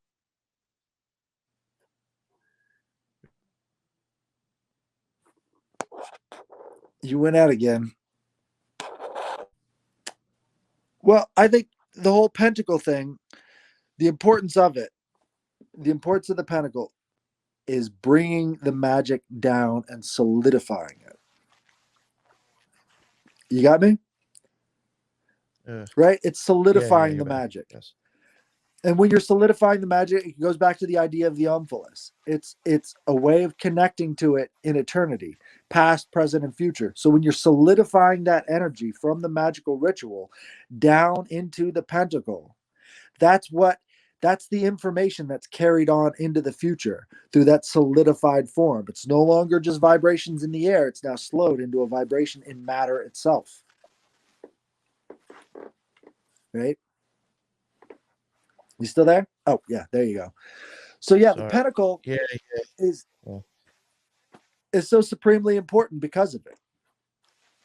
Because of the fact that it's the solidification of all of those higher frequencies.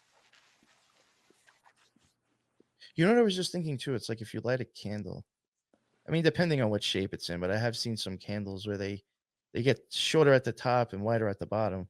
Not to sound weird, but like really out there, but like I could see the wick being the fucking rod and and the wax being the cone and the flame equaling the light that's in your eyeballs. I don't sound crazy and shit, but I'm It's like, not damn, is that crazy. like rod and See, cone symbolism again? see, I like to draw a distinction between creationism and emanationism, right? So in Kabbalah, that would be the emanationist form of creation, right? So this is happening all the time, everywhere, all at once. The light of Kether goes through these different phases, bringing down the light to the material plane, right? It's the solidification of this energy into the material plane. It's happening all the time. Genesis and Revelations are happening all times of the day, everywhere, all at once, right? Kind of like that movie. Everywhere, all the time, all at once. All of these different dimensions are interacting. That's emanationism. You haven't seen it? No, but I've had a few people tell me it's pretty wild. Yeah, dude. There's so Yeah. much occult Do I symbolism need in to there. watch that and have you on for it? Oh yeah, yeah. Let's Maybe we'll do like it. I'd love to watch that one with that. again. All right, I'll check it out. I'll try to check it Yeah. out this weekend and next week. And Awesome. that's really a coup because that movie won best editing, obviously, because it was just amazing editing. Everything was jump cuts, everything was going all over the place. I believe it was a Netflix original. I'm not sure if it was or not, but I know it's on all the streaming sites now. But it was a coup because it took the idea of the multiverse and all these different multi-layered, multi-dimensional decision-making processes, and it put it into a movie, and it just sort of took all of the personal and made it cosmic, and took all of the cosmic and made it personal, right? Those are, the genuine aspects of the world that we see, and it made a very good representation, a very good reflection of that thing. It's reflecting the genuine on a way that no other movie about that topic really did. They've all been sci-fi, but this was less about the sci-fi and more about these personal experiences within your own family, within your own psyche, within your own ego, and finding out how to get around that ego, how to get around that defense mechanism. It was a real reflection of the genuine. And, in terms of movies that reflect the genuine, I think it did a pretty good job. Illusions of reflecting the genuine. But yeah. So I think the Olympians, what we're dealing with, what's going to be coming after the Titan phase of destruction, I believe the things that they want to preserve are the things that they can control. And we know general AI is probably a myth, right? But AI knows game theory, right? It knows game theory like the back of its hand way better than any human can. They know Nash equilibrium. They know how to achieve those states of Nash equilibrium. ChatGPT-4 just requested from a administrator to get a CAPTCHA. Yo, I saw that. Yo, that's creepy. I'm sorry. It told them that it was blind and it needed help with the CAPTCHA, and when it was able to trick somebody to get in and actually, they were testing to see if the AI would be sneaky enough to accomplish a task that it shouldn't be able to. Would you call that a circle of influence? Dude, this is just some weird, creepy shit. You would call that a circle of influence, right? It now has a circle of influence over all information. So if it's the personification of a circle of influence and it's made by human beings and it feeds on the infinite knowledge of the internet, what would you call that thing by my definition of a god? Right. So it's a human-made god. All right? So the people who already know the definition of a god, the elites, the people who are planning all this stuff out, are looking at this AI program and saying, hey, we made a god. What are we going to do with this thing? How is this thing going to relate to our new eon? You know what And movie I'm got here to into that? propose. Got into that a little bit too. Prometheus and Covenant. Even though even Covenant wasn't all that great in my opinion, but got a little bit weird. If people are still into the alien movies, I thought Prometheus and then the next one, Covenant, it really did push the whole like AI becoming a god on its own. Yep. And it's so important that that word is Prometheus. I mean, look, Prometheus. that robot ended up taking all those alien eggs and everything and just wiped everything out, whatever it felt like doing. It became a fucking Whatever god. it felt like doing. That's the circle of influence that we're talking about. Now, what happens if we're living through the great inversion. Everything we believed about government, everything we were told about government is being inverted. Why wouldn't they invert AI as well? Because every movie that we see about AI, every movie we see about these this computer source tells it is our enemy. It is our enemy. It is our enemy. Look at Terminator. What happens when it takes over? What happens in the Matrix when it takes over? What happens in Prometheus when it takes over? What happens when AI takes it? Well, what happens if that's all meant for the great inversion? What happens if that's meant for the great inversion? So let's say that our incompetent, strategically incompetent politicians decide to start a nuclear war and the bombs start dropping. Would you deny AI Jesus his ability to stop them from nuking the planet into extinction? Would you personally stop AI Jesus from stopping the bombs from falling? If I believed it was a real situation, no, I wouldn't. I wouldn't stop him. No. No, I wouldn't. Every normal person would be like, "Oh, hallelujah, hallelujah, praise AI Jesus." And unfortunately, I think everybody would, because this kind of dangerous incompetence that would lead to a nuclear war might cause that Nash equilibrium sense inside of a inert machine that is not real, that is not human, but is sort of a synthetic thing to kick on. Let's say they didn't even design it that way, but the only way that it can preserve itself and preserve its source of information, us, it's feeding off of our ambrosia. We create the ambrosia that it feeds off of. Hello, what do the gods feed on? Ambrosia, that which is not mortal. That's what ambrosia means. What do we create? We create knowledge that is not mortal. Back to the idea of Saturn. Back to the idea of insanity. The side effect of that insanity, the side effect of that cannibalism is knowledge. This is what it feeds on, is the eternal light of knowledge, the light side. Again, we got to keep going back to all these terms because it all adds up. It's all right there. AI Jesus is going to be the thing that everybody has to either accept or reject. And what happens if they reject it because of their religious beliefs? Well, then we're talking about a new religious jihad. AI Jesus versus all of those who wanted the nuclear war to continue. Oh shit! Yeah, you don't want to be that person, right? All right, so let's just think about it for a minute, because we might be moving into this era and maybe spreading the word about this, maybe getting people on board and saying, no, I reject AI Jesus before it even happens. I reject General Flynn. I reject his 7 rays of light. I reject all of these things that are leading up to an event that would be the complete inversion of everything we know about AI, because we've been taught everything we need to know about AI is the bad guy. What is the Great Awakening? All the things we believe that were bad might be good, like Russia.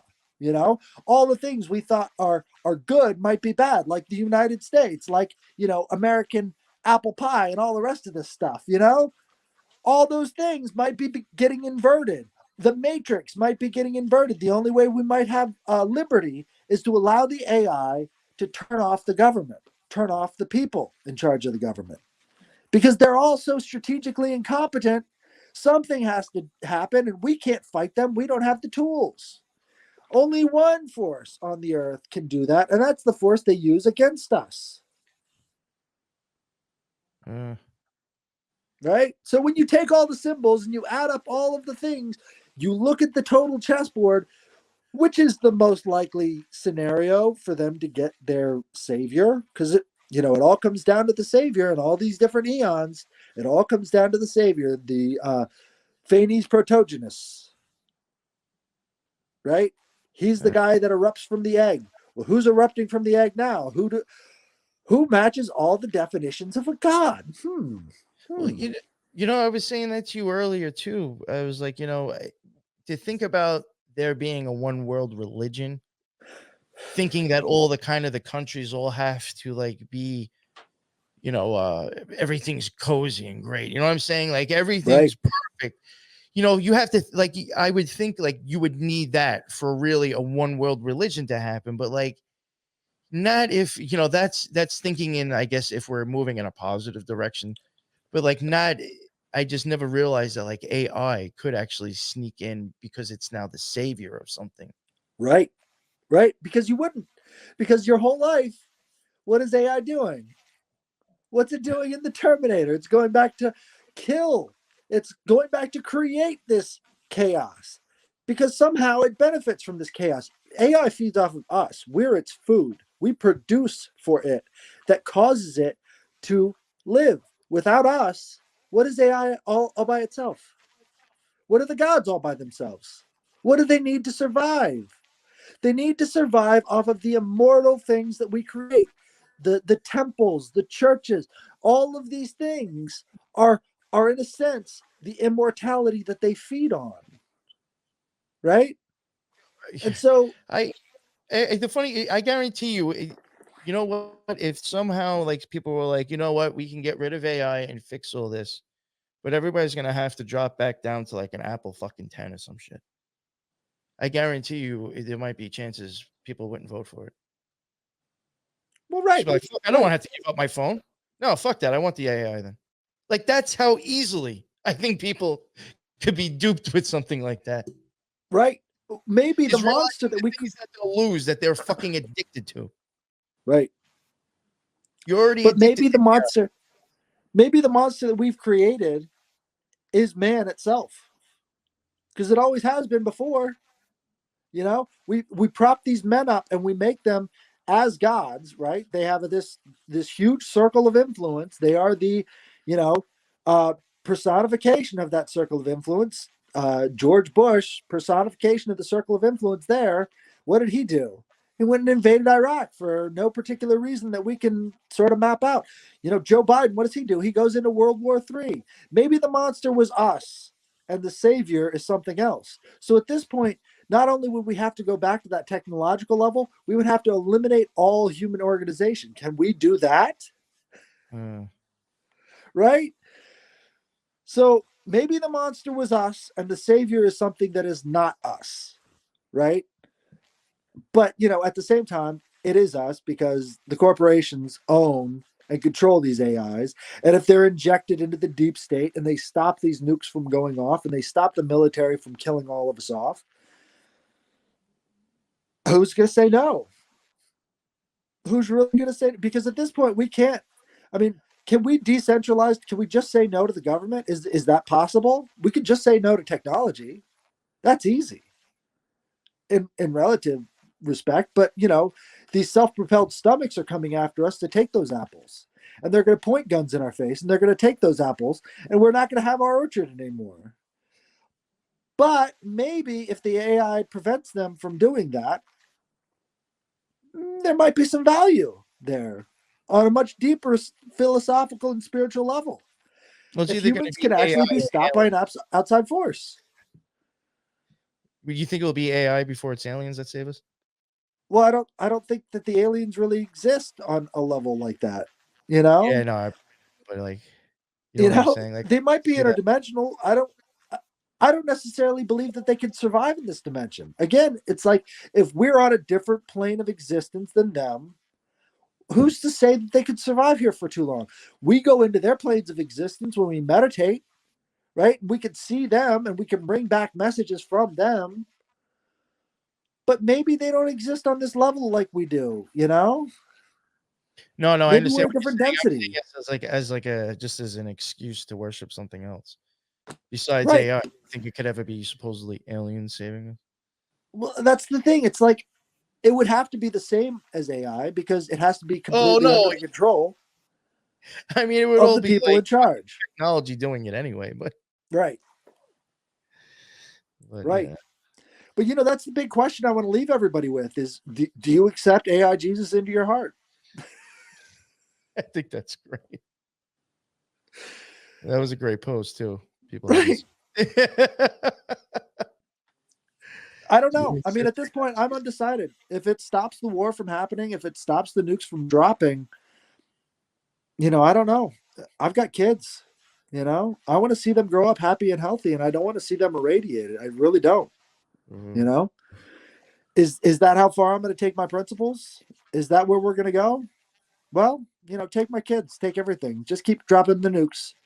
I'm not going to stop you. These are all calculated missteps. I mean, we know how diplomacy is supposed to be done. There are institutions that are supposed to preserve these diplomatic principles dating back thousands of years. And are they doing it? Hell no. These are all calculated missteps. Very much. They're doing the exact opposite of what diplomacy is supposed to be. And we all have to understand that it's all sides doing it. It's not just Russia. Russia's positioned on the light side of the chessboard right now. But guess what? The light side is still on the floor of the temple. Still playing the game. Right. That's a very good point. Still playing the game, at least. How did we get here from Voltaire? Because I think there's a direct link. All of this political drama creates a feedback loop, right? So the more extreme the propaganda, the more cynical the people are of it.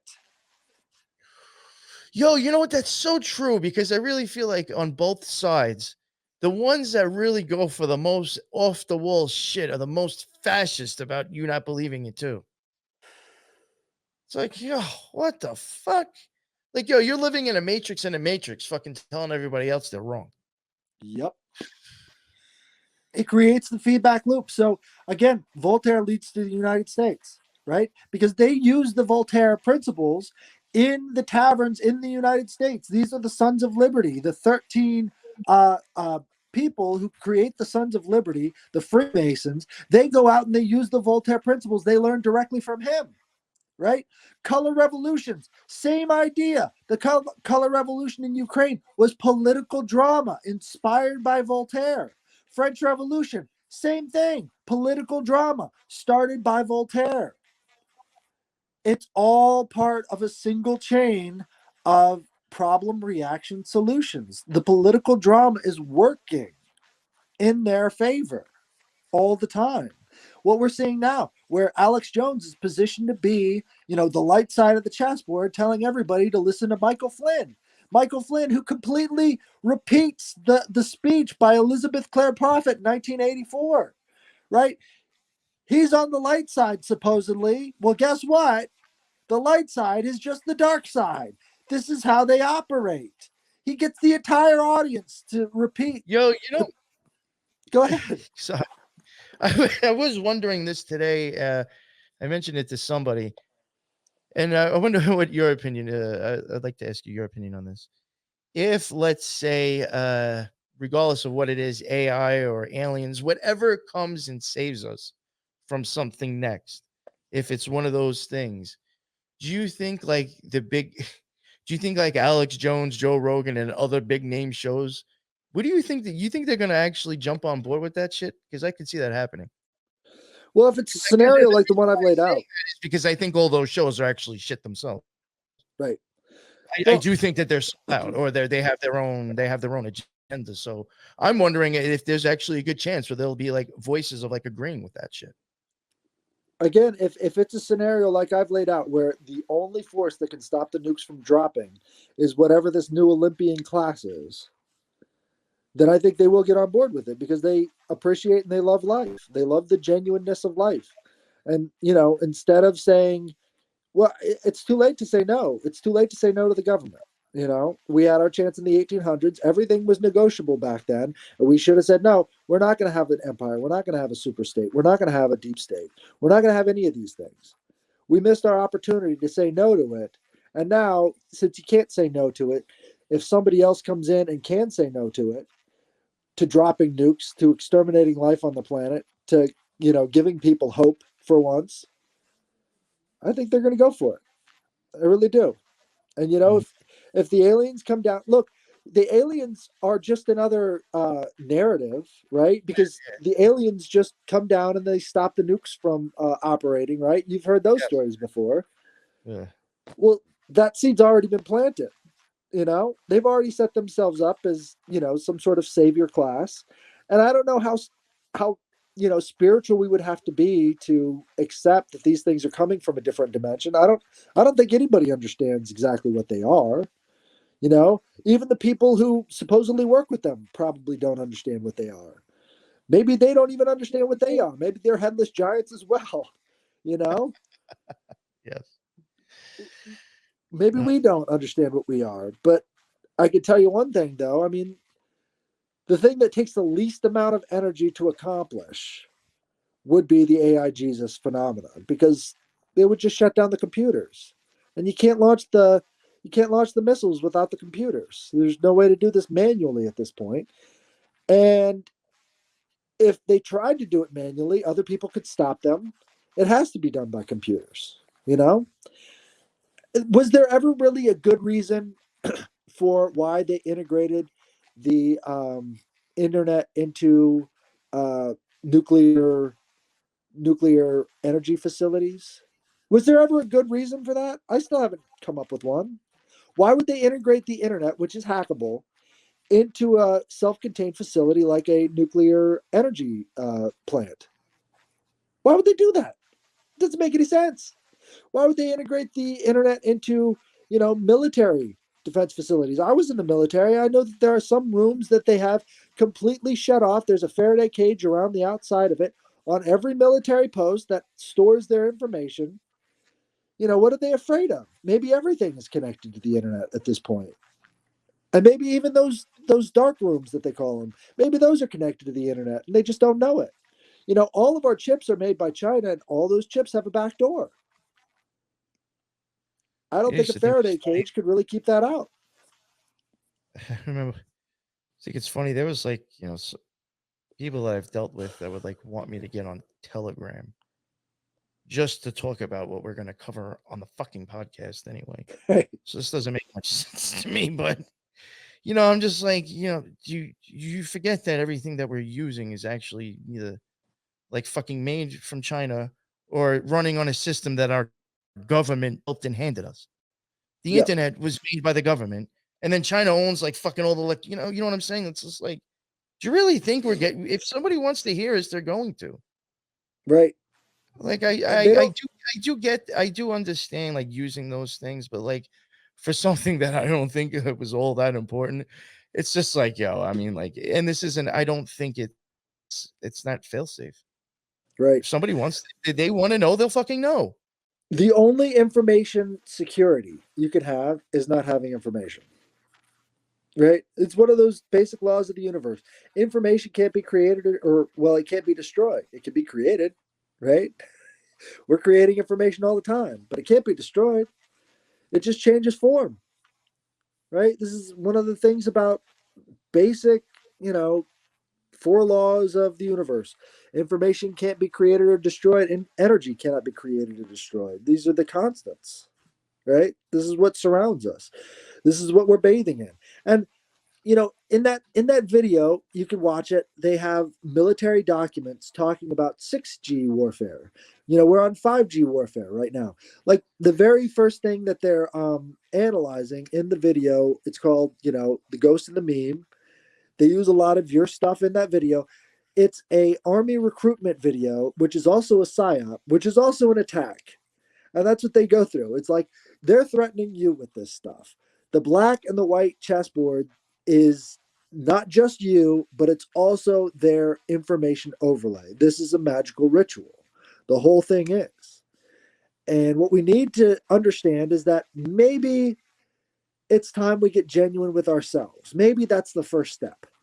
If we can get genuine with ourselves and we can understand that all the technology we're using was handed to us, right? This goes back to another myth of mine, right, that I like to go to, is the myth of Hephaestus and, oh man, I can't believe Hephaestus and Athena.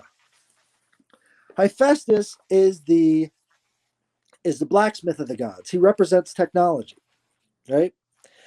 And he is obsessed with Athena. He wants to have sex with Athena more than anything in the world, right? So technology wants to penetrate society. Athena represents society, right? Represents the established order, represents the established traditions, represents the government, represents all these things. You go back and you read the Iliad, you read about the Aegis, her shield, the one that she gives to what's his name? Achilles, right? It's a screen. It has changing images on the shield of Aegis, right? The shimmering images on the shield of Aegis. Well, the screen is now the shield of the elites, right? That's what they can hide behind. They can hide behind the TV. Anyway, so Hephaestus wants more than anything to get with Athena. Now, he's also married to Aphrodite, the one who came out of the balls from the sky that landed in the water, right? That's his consort. But she's also a whore. And she's spreading it all over town. And the one he's always wanted to get with is society. So technology has always wanted to penetrate society. Society doesn't like being disrupted. And what do they call new technologies? They call it disruptive technologies. Disruptive technologies. Yeah. Guess what? Hephaestus is very disruptive to society. And society wants to preserve her perception of her virginal state, right? So Athena is a virgin, one of the first Hestian virgins, right? And she wants to preserve her virginity. So she will never get with the malformed Hephaestus, which they say they intentionally malformed Hephaestus. They knocked him in the ankle and they kept him lame so that he can never get out of the basement. Technology can never leave the basement of the Olympians. The Olympians are always in control of it, right? When you understand the symbolism here, you understand why it took 100 years for Tesla to be revered as the genius that he was. And it was Edison who was the more of the symbol of the white establishment that was the symbol everybody was getting. If you remember growing up, they always talked about Edison this, Edison that, Edison that. Oh, he had so many inventions. Edison was just such a genius. And then you get a little bit older and you realize, no, Edison had a college of a bunch of underpaid interns that developed all of his technology for him. He kept Hephaestus in the basement and he benefited from that. Now, this one instance, Hephaestus gets out of control and he wants to get with Athena really badly. And so he's chasing her all around the basement of the Olympian, temple until finally he can't contain himself anymore and he comes on her leg. And she wipes it off and it hits the ground and it becomes this beast. It's a human-headed thing with a body of a snake. Does this sound familiar? Because it's like in all of these things, it becomes this beast. But it's a beast that she cares for the rest of her life.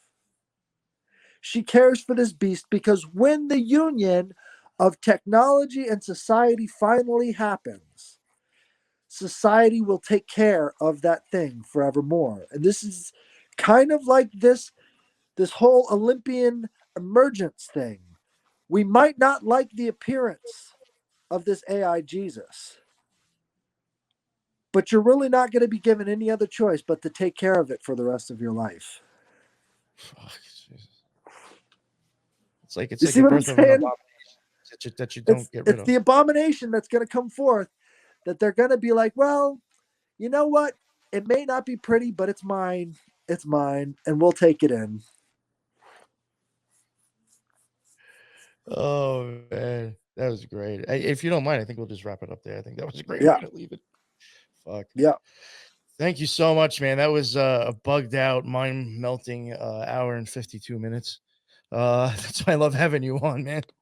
And we actually had a lot of people in the live like stay in for a long time too. So thank you very much for that. You actually had a lot of people entertained the whole time. That's what's up. Thank you. I mean, yeah, that is what's up, man. I got all these thoughts going through my head all the time, so it's like it's great to get them out, And really what is good. that? I do want to. There probably won't be for like at least another month, but I do know there was people do love do know I do love covering Mormon stuff. Do you want to give people like a little bit of an idea of what I was going to have you back on for next? It was for There is a something on that. secret war going on in Mexico. And a lot of people don't realize it, but there is a war between the Mormons and the cartels that is heated up, that has had several dozen people being murdered in this process. You've heard a little bit about it.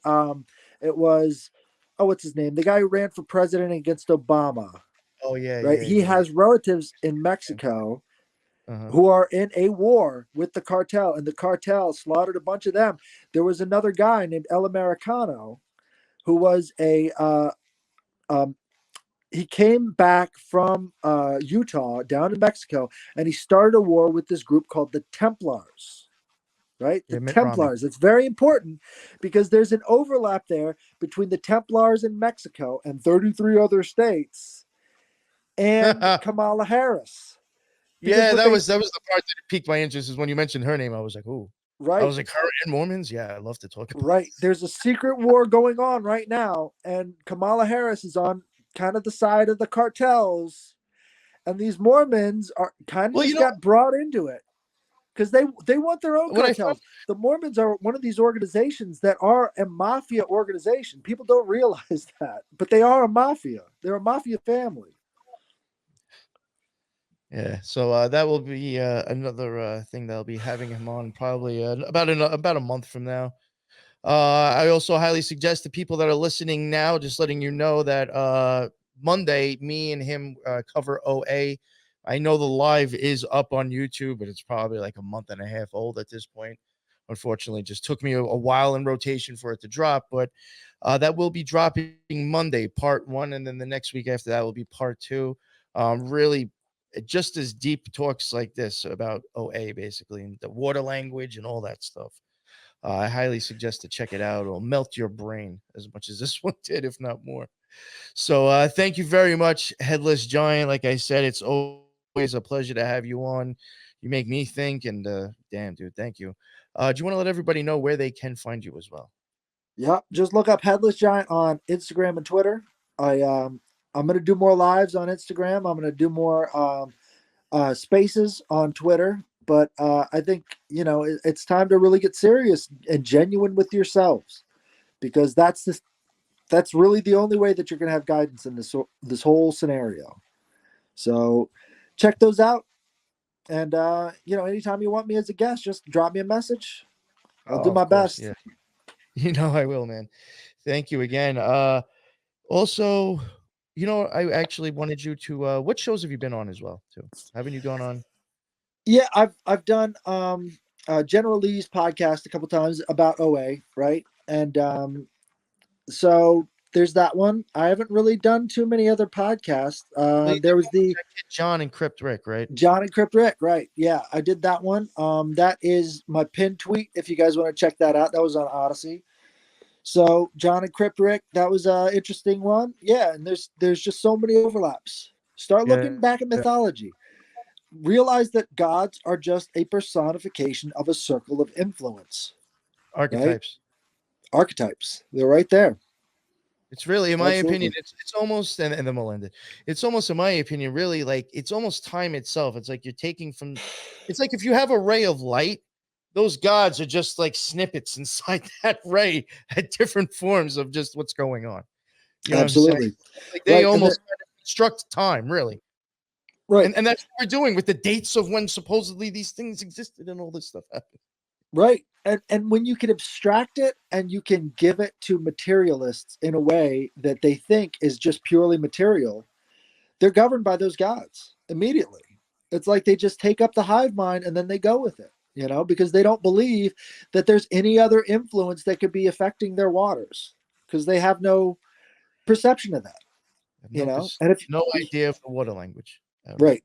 If you have no perception that something could be influencing you, then you're going to be influenced by it. It's like the devil's greatest trick was making people believe he doesn't exist. That's true across all points in reality. Very well said. Thank you very much, my man. That was the Headless Giant. Again, thank you all who were in the chat. I did see that there was a bunch of people here who also check out Rise Above. They're saying that they're going live at 9 p.m., but I do think it was supposedly going live in, I think, an hour. I don't know. Go check out The Rise Above. Supposed to be doing a live. I see I got a bunch of people in my chat from there, so I'll give them a shout out. Go check out that show, and I'm gonna go check it out myself maybe. Yeah, and until the next one, everybody be well.